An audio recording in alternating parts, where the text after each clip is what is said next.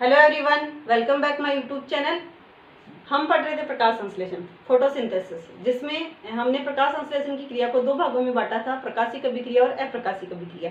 प्रकाशिक अभिक्रिया जो कि हरित लवक के ग्रेना में प्रकाश की उपस्थिति में होती है, वो हम डिटेल में पढ़ चुके हैं। उसमें हमने जाना कि किस तरह से जो क्लोरोफिल के अणु होते हैं प्रकाश संश्लेषण के दौरान सूर्य के प्रकाश की जो ऊर्जा होती है उसको फोटोन के रूप में ग्रहण करते हैं, और किस तरह से जो ये क्लोरोफिल के अणु उत्तेजित होकर के इलेक्ट्रॉन का त्याग करते हैं। जब इनसे इलेक्ट्रॉन निष्कासित होता है तो ये इलेक्ट्रॉन विभिन्न ग्राहियों से होकर के कैसे गुजरता है, कैसे एटीपी का निर्माण होता है। साथ ही साथ इसमें एक दूसरी प्रक्रिया होती है, जल का प्रकाशिक अपघटन भी इस अवशोषित की गई ऊर्जा के कारण होता है, और उस प्रकाशिक अपघटन की वजह से O2 जो है वो विमुक्त होती है। तो O2 का उत्पादन प्रकाशिक अभिक्रिया में हो जाता है। यानी कि मोस्टली हम कहें तो प्रकाशिक अभिक्रिया में हमें आउटपुट क्या मिलता है, हमें ये मिलता है, एक तो हमें एटीपी के रूप में ऊर्जा मिलती है, साथ ही NADPH2 के रूप में ऊर्जा मिलती है, और O2 जो है उसका वायुमंडल में O2 की प्राप्ति होती है, O2 का उत्पादन होता है। अब हम सेकंड जो चरण है वो पढ़ेंगे अप्रकाशिक अभिक्रिया, यानी कि डार्क रिएक्शन। तो प्रकाशिक अभिक्रिया में जो एटीपी और NADPH2 का उत्पादन हुआ था, निर्माण हुआ था, उस एटीपी और NADPH2 का उपयोग किया जाएगा अप्रकाशिक अभिक्रिया में, यानी कि डार्क रिएक्शन में। और उसके उपयोग से क्या होगा, एटीपी और NADPH2 का यूज करेगा CO2, और CO2 किस में कन्वर्ट होगा, कार्बोहाइड्रेट में कन्वर्ट होगा, यानी कार्बोहाइड्रेट का निर्माण हो जाएगा। तो यही है बेसिकली अपना जो अप्रकाशिक अभिक्रिया है वो यही है उसका सार, कि प्रकाशिक अभिक्रिया में निर्मित एटीपी और NADPH2 का उपयोग कर CO2 अपचयित होती है और कार्बोहाइड्रेट का निर्माण हो जाता है। बस यही मेन है अपनी अप्रकाशिक अभिक्रिया।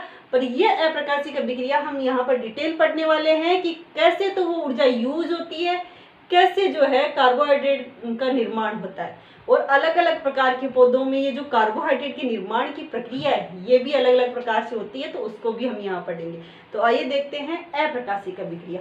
सबसे पहले हम बात करें अप्रकाशिक अभिक्रिया, यानी कि डार्क रिएक्शन। तो नाम क्यों पड़ा है अप्रकाशिक, क्योंकि इसमें प्रकाश की आवश्यकता नहीं होती। तो पहला पॉइंट तो यही हो गया, अप्रकाशिक अभिक्रिया मतलब इसमें क्या होता है, प्रकाश की अनुपस्थिति में जो हो, जिसमें प्रकाश की आवश्यकता नहीं होगी। दूसरी चीज होती कहाँ है, तो ये होती है हरित लवक के स्ट्रोमा वाले भाग में। प्रकाशिक अभिक्रिया हो रही थी हरित लवक के ग्रेना में, अप्रकाशिक होती है स्ट्रोमा में। तीसरी चीज, अब ये वहां होती है स्ट्रोमा में, प्रकाश की अनुपस्थिति में होती है, तो इसकी खोज किसने की, कैसे पता चला कि ये वहां पर होती है। तो इसकी जो खोज की थी वो ब्लैकमैन नामक वैज्ञानिक ने 1905 में की थी, 1905 में की थी। किसने, ब्लैकमैन। लेकिन उन्होंने सिर्फ खोज की थी, इसके अंदर होने वाली जो भी जैव रासायनिक अभिक्रियाएं हैं, अप्रकाशिक अभिक्रिया में जो भी अभिक्रियाएं होंगी, रिएक्शंस जो भी होती है बायोकेमिकल, उन सारी बायोकेमिकल रिएक्शन का जो अध्ययन किया था, इनका अध्ययन किया था केल्विन और उनके साथियों ने। वैज्ञानिक केल्विन और उनके साथियों ने इसकी जैव रासायनिक अभिक्रियाओं का अध्ययन किया था। तो ये तो इसके बारे में बेसिक चीजें हो गई कि ब्लैकमैन ने खोजा, केल्विन और उसके साथियों ने जैव रासायनिक अभिक्रियाओं का अध्ययन कर लिया प्रकाश की अनुपस्थिति में, यानी इसके लिए प्रकाश की आवश्यकता नहीं होती है, और हरित लवक के स्ट्रोमा में संपन्न होती है। अब इसमें क्या होता है, इसमें CO2 का अपचयन होता है। होता क्या है, इसमें CO2 का अपचयन होता है, और बनता क्या है, कार्बोहाइड्रेट, C6H12O6 कार्बोहाइड्रेट बनता है। CO2 अपचयित होती है, क्या बना लेती है, कार्बोहाइड्रेट। हेल्प कौन करता है बनने में, यूज किसका होगा, CO2 का अपचयन किसकी वजह से होता है, एटीपी और NADPH2 की वजह से, जो कहाँ बनी थी, प्रकाशिक अभिक्रिया में, ग्रेना में बनी थी, उसका यूज करता है CO2 और कार्बोहाइड्रेट में चेंज हो जाता है। यहाँ पर क्या हो रहा है, कार्बन डाइऑक्साइड CO2 का स्थिरीकरण हो रहा है कार्बोहाइड्रेट में। इस कारण इस अभिक्रिया को कार्बन डाइऑक्साइड यानी CO2 स्थिरीकरण अभिक्रिया भी कहा जाता है। तो अप्रकाशिक अभिक्रिया कह सकते हैं क्योंकि प्रकाश की अनुपस्थिति में होती है, ब्लैकमैन अभिक्रिया कह सकते हैं क्योंकि वैज्ञानिक ब्लैकमैन ने खोजा था, और CO2 स्थिरीकरण अभिक्रिया कह सकते हैं क्योंकि CO2 किसमें स्थिरीकृत होती है, कार्बोहाइड्रेट में। चलो जी, ये तो इसकी बेसिक जानकारी हो गई।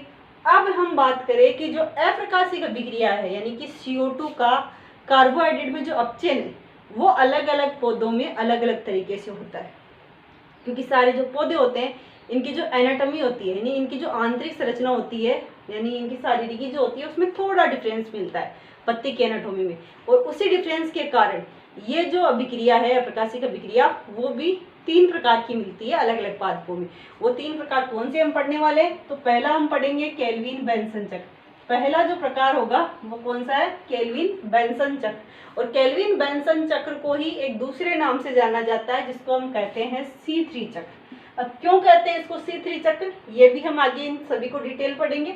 तो सबसे पहली अभिक्रिया कौन सी, यानी सबसे पहला प्रकार जिसमें CO2 से कार्बोहाइड्रेट बनेगा, अप्रकाशिक अभिक्रिया के ही है ये 3 रूप। पहला रूप है केल्विन बेंसन चक्र या C3 चक्र, दूसरा जो होगा वो है हैसलेट चक्र या C4 चक्र, और तीसरा है क्रेसुलेशियन अम्ल उपापचय चक्र या CAM चक्र। तो 3 प्रकार से संपन्न होती है अप्रकाशिक अभिक्रिया। तीनों में ही सेम प्रकाशिक अभिक्रिया समान रहती है। प्रकाशिक अभिक्रिया में उपयोग यानी जो प्रकाशिक अभिक्रिया उसमें निर्मित ATP और NADPH2 का यूज होता है, और CO2 कार्बोहाइड्रेट में चेंज होती है तीनों में ही। लेकिन थोड़ा डिफरेंस होगा, वो क्या होगा जब हम एक एक करके पढ़ेंगे तो हमें पता चलेगा। तो सबसे पहले हम बात करें केल्विन बेंसन चक्र या C3 चक्र। केल्विन बेंसन चक्र या जो C3 चक्र है, ये इस प्रकार की जो अप्रकाशिक अभिक्रिया है, एक क्या है? अप्रकाशिक अभिक्रिया जिसमें CO2 का अपचयन होकर कार्बोहाइड्रेट बनना है। इस अभिक्रिया की जो खोज की थी वो की थी केल्विन बेंसन और उसके साथियों ने। ये जो अभिक्रिया है इसकी खोज किसने की थी? केल्विन बेंसन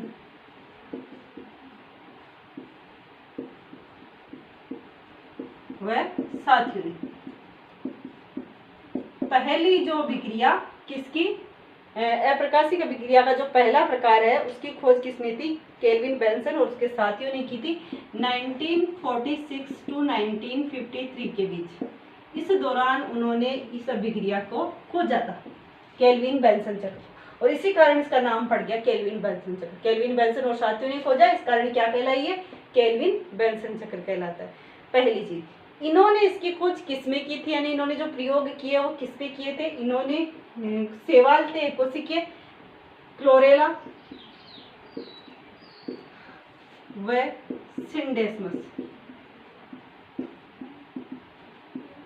क्लोरेला और सिंडेस्मस जो शैवाल है, इन शैवालों पर कार्बन समस्थानिक C14 जो होता है, कार्बन समस्थानिक युक्त ऑक्सीजन का प्रयोग किया था। यानी कि जो इनमें जो ऑक्सीजन यूज की थी वो ऑक्सीजन नॉर्मल ऑक्सीजन नहीं की थी, बल्कि कार्बन समस्थानिक युक्त जो ऑक्सीजन C14O4 कार्बन समस्थानिक कार्बन आइसोटोप युक्त ऑक्सीजन का उपयोग किया इन पर, और फिर प्रकाश संश्लेषण की अप्रकाशिक अभिक्रिया का इन्होंने जो है वो अध्ययन किया। इसके अध्ययन में जो पहला स्थायी यौगिक बना था, रेडियो ट्रेसर तकनीक पर इस अभिक्रिया को उन्होंने खोजा था। सबसे पहले केल्विन बेंसन ने जो तकनीक यूज की थी वो तकनीक कौन सी थी? इसके लिए रेडियो ट्रेसर तकनीक थी। रेडियो ट्रेसर तकनीक यानी कि रेडियो एक्टिव जो विकिरणें होती है उनका उपयोग करते हुए उन्होंने किया था ये प्रयोग। और यूज किसको किया था? पौधों के रूप में क्लोरेला और सिंडेस्मस शैवालों को किया था। और इसमें जो ऑक्सीजन यूज ली थी उन्होंने वो सामान्य ऑक्सीजन नहीं ली, बल्कि कार्बन 14 युक्त जो ऑक्सीजन है वो काम में ली थी। कार्बन डाइऑक्साइड जो काम में ली थी उसमें कार्बन डाइऑक्साइड में C14 युक्त ऑक्सीजन थी। ऑक्सीजन जो था, कार्बन डाइऑक्साइड कार्बन जो था वो C14 वाला था, आइसोटोप था। क्योंकि CO2 का क्या करवाना है? अपचयन। तो CO2 का जो अपचयन करवाया तो उसमें जो CO2 लिया उसमें कार्बन कौन सा था? समस्थानिक था, कार्बन C14 वाला, यानी C14O2 यूज किया था CO2 के रूप में इसने। अब इन्होंने जब ये अभिक्रिया कंप्लीट करवाई तो इनको क्या हुआ? सबसे पहला जो स्थायी यौगिक बना इसमें केल्विन बेंसन चक्र में जो अप्रकाशिक अभिक्रिया थी एक तरह की, और CO2 को उन्होंने इस प्रकार प्राकृतिक जो CO2 है उसको यूज नहीं करके ये CO2 यूज की थी। इन 2 पौधों पर प्रयोग किए थे, और इसमें जो पहला स्थायी यौगिक बना था वो 3 कार्बन वाला यौगिक बना था जिसका नाम था PGA। 3 कार्बन वाला पहला स्थायी यौगिक जो बना था वो बना था कितने कार्बन वाला था? 3 कार्बन वाला PGA, या इसको हम कहते हैं फॉस्फोग्लिसरिक एसिड। ये बना था सबसे पहला स्थायी यौगिक, और इसी कारण इस अभिक्रिया को यानी कि अप्रकाशिक अभिक्रिया जो केल्विन बेंसन ने खोजी उसको C3 चक्र के नाम से भी जाना जाता है, क्योंकि इस चक्र में बनने वाला पहला स्थायी यौगिक कौन था? PGA, फास्फोग्लिसरिक एसिड, जो कि 3 कार्बन परमाणु वाला था। इसी कारण ये क्या कहलाता है? C3 चक्र भी कहलाता है। तो ये इसकी सामान्य चीजें थी कि पहला अप्रकाशिक अभिक्रिया वो 3 भागों में, यानी 3 तरह से अप्रकाशिक अभिक्रिया अलग अलग पौधों में संपन्न होती है। पहला तरीका है केल्विन बेंसन चक्र या C3 चक्र। सेकंड जो है हेसलेट चक्र या C4 चक्र। थर्ड है क्रेसुलेशन अम्ल उपापचय या CAM चक्र। केल्विन बेंसन चक्र नाम क्यों पड़ा? केल्विन बेंसन और उसके साथियों ने इसकी खोज की, इस कारण केल्विन बेंसन चक्र नाम पड़ गया पहले का। इन्होंने रेडियो ट्रेसर तकनीक पर इसकी खोज की थी, और रेडियो ट्रेसर तकनीक पर इन्होंने क्या किया? सिंडेस्मस और क्लोरेला नामक शैवालों को लिया। 2 शैवाल लिए, क्लोरेला और सिंडेस्मस, और उसमें जो CO2 यूज की वो की कार्बन 14 आइसोटोप युक्त, यानी कार्बन 14 आइसोटोप युक्त C14O2 यूज किया इसने। और उसमें पहला जो स्थायी यौगिक बना था वो बना था 3PGA, यानी फास्फोग्लिसरिक एसिड, जो 3 कार्बन परमाणु वाला था।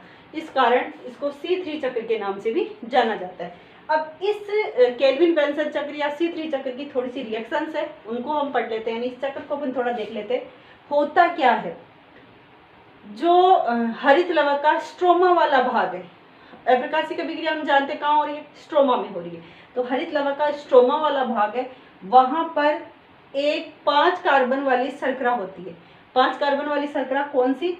Ribulose 5 monophosphate. कहाँ पाई जाती है? स्ट्रोमा में। राइबुलोज 5 मोनोफॉस्फेट होती है स्ट्रोमा में। इस शर्करा का प्रकाशिक अभिक्रिया के थ्रू बनी ATP के द्वारा जो है फास्फोरिलीकरण होता है। प्रकाशिक अभिक्रिया में जो है जो ATP बनी थी, उस ATP के थ्रू इसका क्या होता है? फास्फोरिलीकरण होता है, यानी कि इस राइबुलोज 5 मोनोफाइव फॉस्फेट के साथ में क्या बनती है? मिलती है, ATP मिलती है। इसको अपन शॉर्टली RUMP भी कह देते हैं। R का मतलब राइबुलोज, UMP, R यानी राइबुलोज, M यानी मोनो, P यानी फॉस्फेट, और ये 5वें कार्बन पे फॉस्फेट होता है, इस कारण इसका नाम है राइबुलोज 5 मोनोफॉस्फेट। एक फॉस्फेट ग्रुप जुड़ा होता है जो 5वें कार्बन पे होता है। इस RUMP के 6 अणु यहाँ यूज होते हैं, यानी एक CO2 के लिए 1 अणु, और अपन जानते हैं कि CO2 से क्या बनना है? C6H12O6, यानी एक CO2 में तो 1 ही कार्बन होगा, हमें 6 कार्बन स्वीकृत करके कार्बोहाइड्रेट बनेगा। तो 6 कार्बन प्राप्त करने के लिए 6 CO2 चाहिए, और 6 CO2 के लिए यानी कि ये जो केल्विन बेंसन चक्र है ये 6 बार चलना चाहिए। यानी हम डायरेक्ट अगर एक बार इसको बात करते हैं तो राइबुलोज 5 मोनोफॉस्फेट के 6 अणु यहाँ पर काम में आते हैं, और इनके साथ में ATP जुड़ती है। ATP adenosine triphosphate. ATP किसमें चेंज हो जाती है? ADP के रूप में, एडिनोसिन डाइफॉस्फेट में। यानी एक जो फॉस्फेट इससे हटा है वो किसके साथ जुड़ जाता है? राइबुलोज 5 मोनोफॉस्फेट के साथ। और राइबुलोज 5 मोनोफॉस्फेट किसमें चेंज हो जाता है? राइबुलोज 1,5 बाइफॉस्फेट में, यानी RUBP में चेंज हो जाता है। इसके भी 6 मॉलिक्यूल होते हैं। पहले एक ही फॉस्फेट था, इससे एक फॉस्फेट और मिला, वो कहाँ जुड़ गया? पहले कार्बन पे। तो ये भी जो है 5 कार्बन वाली शर्करा है, राइबुलोज 1,5 बाइफॉस्फेट। अब राइबुलोज 1,5 बाइफॉस्फेट जो है उसके साथ में CO2 जुड़ती है, यानी कार्बन डाइऑक्साइड जुड़ती है, और जल का अणु जुड़ता है। तो 6 मॉलिक्यूल इनके जुड़ते हैं। इनके जुड़ने की वजह से, ये 5 कार्बन वाला था, इनके जुड़ने की वजह से क्या होता है? कार्बोक्सिलीकरण। जब भी कार्बन डाइऑक्साइड CO2 जुड़ती है तो उसको हम क्या कहते हैं? कार्बोक्सिलीकरण। यहाँ पर देखो एंजाइम भी यूज होते हैं इन अभिक्रियाओं में। जो राइबुलोज 5 मोनोफॉस्फेट है उससे जब ATP जुड़ती है तो उसको कहा जाता है फास्फोरिलीकरण। जब भी किसी अभिक्रिया में ATP जुड़ती है तो फास्फोरिलीकरण कहेंगे, NADPH2 जुड़ेगी तो अपचयन कहेंगे, CO2 जुड़ेगी तो कार्बोक्सिलीकरण कहेंगे। तो इस तरह से उन रिएक्शंस के नाम है। तो ये फास्फोरिलीकरण की अभिक्रिया जिसमें ATP जुड़ रही है।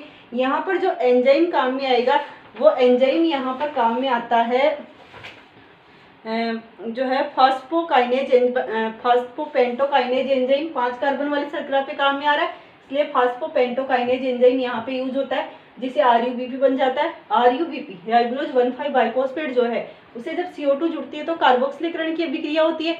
और यहाँ पर जो एंजाइम काम में आता है, यहाँ पर एंजाइम काम में आता है RUBP कार्बोक्सिलेज। इसको मैं यहाँ नहीं लिख करके यहाँ नीचे लिख देती हूँ, RUBP कार्बोक्सिलेज, ये इंपॉर्टेंट एंजाइम है आरयूबीपी कार्बोक्सिलेज एंजाइम, जो क्या करता है CO2 को जोड़ने का कार्य करता है आरयूबीपी के साथ में, तो आरयूबीपी कार्बोक्सिलेज कह देते हैं, या फिर इसी एंजाइम को रुबिस्को एंजाइम के नाम से भी जाना जाता है। तो ये एंजाइम यहाँ पर काम में आता है। इसकी वजह से क्या बन जाता है, पहला 3 कार्बन वाला पहला स्थायी यौगिक बन जाता है, जिसको कहा जाता है फास्फोग्लिसरिक एसिड, यानी PGA, फास्फोग्लिसरिक एसिड या PGA बनता है। ये क्या है, 5 कार्बन ये जो है इसके 12 मॉलिक्यूल बनेंगे, 12 अणु बनेंगे 3 PGA के, 3 कार्बन वाला पहला स्थायी यौगिक बनता है, और इसी वजह से इसको C3 चक्र के नाम से जाना जाता है। अब जो 3 PGA है, यानी 3 फास्फोग्लिसरिक एसिड जो है, 3 इसलिए क्योंकि तीसरे कार्बन पे जो है फॉस्फेट होता है, इसमें इसके 12 मॉलिक्यूल बन जाते हैं। अब आती है बात कि ये जो 3 PGA जो होता है, इसके साथ में फिर ATP जुड़ती है, 12 मॉलिक्यूल है तो 12 ATP जुड़ेंगे। यहाँ पर 6 मॉलिक्यूल थे तो 6 ATP जुड़ रहे थे, तो 12 ATP जुड़ते हैं और ADP में चेंज हो जाते हैं। और ये 3 PGA था, अब इनके फॉस्फेट और जुड़ गए इनके साथ में, तो 1,3 डाई PGA बन जाता है, यानी 1,3 डाई फास्फोग्लिसरिक एसिड बन जाता है। और 1,3 डाई फास्फोग्लिसरिक एसिड के भी कितने मॉलिक्यूल होंगे, 12 मॉलिक्यूल होंगे। ये भी 3 कार्बन वाला यौगिक है, और यहाँ पर भी ATP जुड़ रही थी, इस कारण इसको भी क्या कहते हैं अपन, फास्फोरिलीकरण अभिक्रिया कहा जाता है। अब 1,3 डाई PGA जो बनता है, यानी 1,3 डाई फास्फोग्लिसरिक एसिड, ये फास्फोग्लिसरिक एसिड जो है यहाँ पर इसका क्या होता है, अपचयन होता है, यानी NADPH2, 12 अणु NADPH2 के इसमें जुड़ते हैं और NADP में चेंज हो जाते हैं। यहाँ पर ये इसमें जुड़ते हैं, जिससे कि इसका क्या हो जाता है, अपचयन, और जो PGA था 1,3 डाई PGA वो चेंज हो जाता है 3 PGAL में, यानी 3 फास्फोग्लिसरैल्डिहाइड में चेंज हो जाता है। और इसके भी कितने मॉलिक्यूल होंगे, 12 मॉलिक्यूल। अब यहाँ ध्यान देना है कि जो 12 मॉलिक्यूल बनते हैं फास्फोग्लिसरैल्डिहाइड के, इन 12 मॉलिक्यूल में से 2 मॉलिक्यूल जो होते हैं फास्फोग्लिसरैल्डिहाइड PGAL के, वो तो क्या बना लेते हैं, आगे चल के ग्लूकोज में कन्वर्ट हो जाते हैं, और ग्लूकोज फिर सुक्रोज में, स्टार्च में कन्वर्ट हो जाता है, और स्टार्च जो है वो पादप भागों में संचित हो जाता है। तो इसने तो क्या बना लिया, कार्बोहाइड्रेट बना लिया। और बाकी जो 10 मॉलिक्यूल बचेंगे, 10 जो मॉलिक्यूल बच जाएंगे, वो 10 मॉलिक्यूल जो है विभिन्न जैव रासायनिक अभिक्रियाओं के द्वारा जो है 2 अणुओं में चेंज होते हैं, और वो 2 अणु होते हैं, एक तो है 5 जाइलुलोज फॉस्फेट, उसके 4 अणु बनेंगे, और एक बनता है 5 राइबोज फॉस्फेट, और इसके 2 अणु बनते हैं। और ये जो 5 जाइलुलोज फॉस्फेट और 5 राइबोज फॉस्फेट है, ये फिर जैव रासायनिक अभिक्रियाओं के द्वारा वापस जो है RUMP बना लेते हैं, यानी राइबुलोज 5 मोनोफॉस्फेट बना लेते हैं। और राइबुलोज 5 मोनोफॉस्फेट बन जाएगा तो उससे RUBP की पुनः उत्पत्ति हो जाती है, यानी ये मिलकर के RUBP की पुनः उत्पत्ति का काम करते हैं। इनकी वजह से RUMP बनता है, RUMP जो है फिर से RUBP में चेंज हो जाता है। और RUBP हमें चाहिए क्यों, क्योंकि RUBP वो यौगिक होता है जो CO2 को ग्रहण करता है, CO2 का एक्सेप्टर होता है, ताकि वो CO2 को अपने साथ जोड़ सके और उस CO2 का स्थिरीकरण कर सके, इस चक्र को वापस जो है शुरू कर सके। तो इस तरह से जो है C3 चक्र कंप्लीटली चलता है। एक बार वापस रिपीट कर देती हूँ। स्ट्रोमा में होता है राइबुलोज 5 मोनोफॉस्फेट, 5 मोनोफॉस्फेट के साथ ATP जुड़ती है तो ये बदल जाता है राइबुलोज 1,5 बाइफॉस्फेट में। राइबुलोज 1,5 बाइफॉस्फेट जो है रुबिस्को एंजाइम या RUBP कार्बोक्सिलेज की उपस्थिति में CO2 और H2O से जुड़ता है, जिससे कि बन जाता है पहला स्थायी यौगिक, जिसको 3 फास्फोग्लिसरिक एसिड कहते हैं या 3 PGA, पहला स्थायी यौगिक 12 अणु वाला बनता है। उसके बाद में ये जो आता है PGA जो है, इससे ATP जुड़ती है और ये 1,3 डाई PGA बना लेता है। 1,3 डाई PGA का अपचयन होता है, यानी कि NADPH2 जुड़ती है, और ये 3 फास्फोग्लिसरिक एसिड यानी PGAL बना लेता है। और PGAL के जो 12 मॉलिक्यूल होंगे, उनमें से 2 मॉलिक्यूल तो जो है ग्लूकोज में बदल करके स्टार्च में चेंज हो जाएंगे, और शेष बचे हुए जो 10 मॉलिक्यूल है वो 2 प्रकार के अणुओं में चेंज होंगे। एक तो होगा जाइलुलोज फॉस्फेट और दूसरा होगा राइबोज फॉस्फेट, और ये फिर वापस से संयुक्त होकर के राइबुलोज 5 फॉस्फेट मोनोफॉस्फेट की उत्पत्ति कर लेते हैं, जिससे कि RUBP की पुनः उत्पत्ति होती है और ये चक्र पुनः शुरू हो जाता है। तो इस प्रकार से केल्विन बेल्सन चक्र या C3 चक्र जो है वो संपन्न होता है। हालांकि ये चक्र जो है इतना इम्पोर्टेंट है। ये जो हमने यहाँ पर देखा दो अणु जो PgAl है, ये डायरेक्ट ग्लूकोज में नहीं बदलते, बीच में कुछ और मध्यवर्ती आते हैं जिनकी रिएक्शंस बुक में है अपने, लेकिन इतना भी अगर हम अच्छे से कर लेते हैं तो ये भी सफिशिएंट होता है। इसमें जो होता है 3PgAl के जो दो मॉलिक्यूल है वो डायरेक्ट ग्लूकोज में नहीं बदलते, बल्कि बीच में कुछ मध्यवर्ती भी आ जाते हैं। जैसे कि 3PgAl के बाद में बनता है DHAP, dihydroxy acetone phosphate. Dihydroxy acetone phosphate जो है वो चेंज होता है दूसरे यौगिक में जिसका नाम है फ्रक्टोज 1,6 डाइफॉस्फेट। फ्रक्टोज 1,6 डाइफॉस्फेट बना लेता है फ्रक्टोज 6 फॉस्फेट। फ्रक्टोज 6 फॉस्फेट बदलता है ग्लूकोज 1,6 डाइफॉस्फेट में। ग्लूकोज 1,6 डाइफॉस्फेट बदल जाता है ग्लूकोज 6 फॉस्फेट में, और ग्लूकोज 6 फॉस्फेट से ग्लूकोज बनता है, यानी कि बीच में कुछ और अवयव आते जो जिससे जो है आगे चल के ग्लूकोज या स्टार्च बनता है। वैसे ही यहाँ पर भी कुछ मध्यवर्ती बनते हैं जिनसे कि जेलुलोज फॉस्फेट और राइबोज फॉस्फेट बनता है। ये दोनों 5-5 कार्बन वाली शर्कराएं हैं। तो इस तरह से जो है केल्विन बेंसन चक्र या C3 चक्र कंप्लीट हो जाता है, जिसके थ्रू की कार्बन डाइऑक्साइड का अपचयन होकर के कार्बोहाइड्रेट का निर्माण होता है। तो ये पहला था केल्विन बेंसन चक्र। नेक्स्ट क्लास में हम पढ़ेंगे हेर्शलेग चक्र या C4 चक्र। आज की क्लास में बस इतना ही। Thank you watching for my video.